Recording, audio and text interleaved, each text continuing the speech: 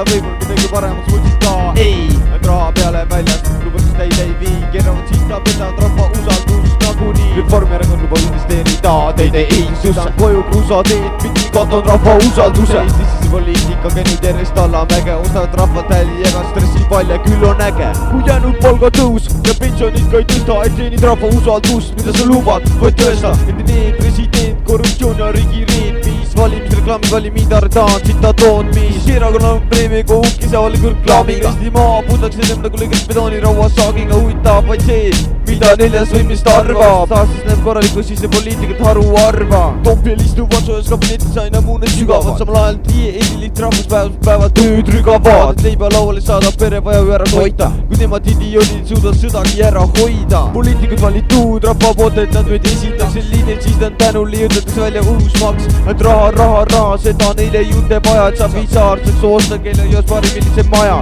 Mõnel pole üldse kodu ei pead võõra inimese puhu kuuris, et sest numbupileti kirjutada hoopis saagi mis uue elu uuris. Lubab toetad noori peres anda neile uus kodu, areneks see teemal midagi, kus käivad nemad sama radu. Vaspoolne partei paneb samamoodi pange, parempoolne partei on nagu unapudikum pange. Euroliidus elame, kehtestame euro korda ja aega, ta kindlasti Vene aeg, sellel ütleme head aega. Inimeste rasket vabariigi esindajad, siin ei austa laste abivad kirjad lisatakse järjekordsesse kausta korruptsioon igal pool, partei uus vakingetega, nii tuleb tunnistada, siis ta on perse kukkunud poliitika.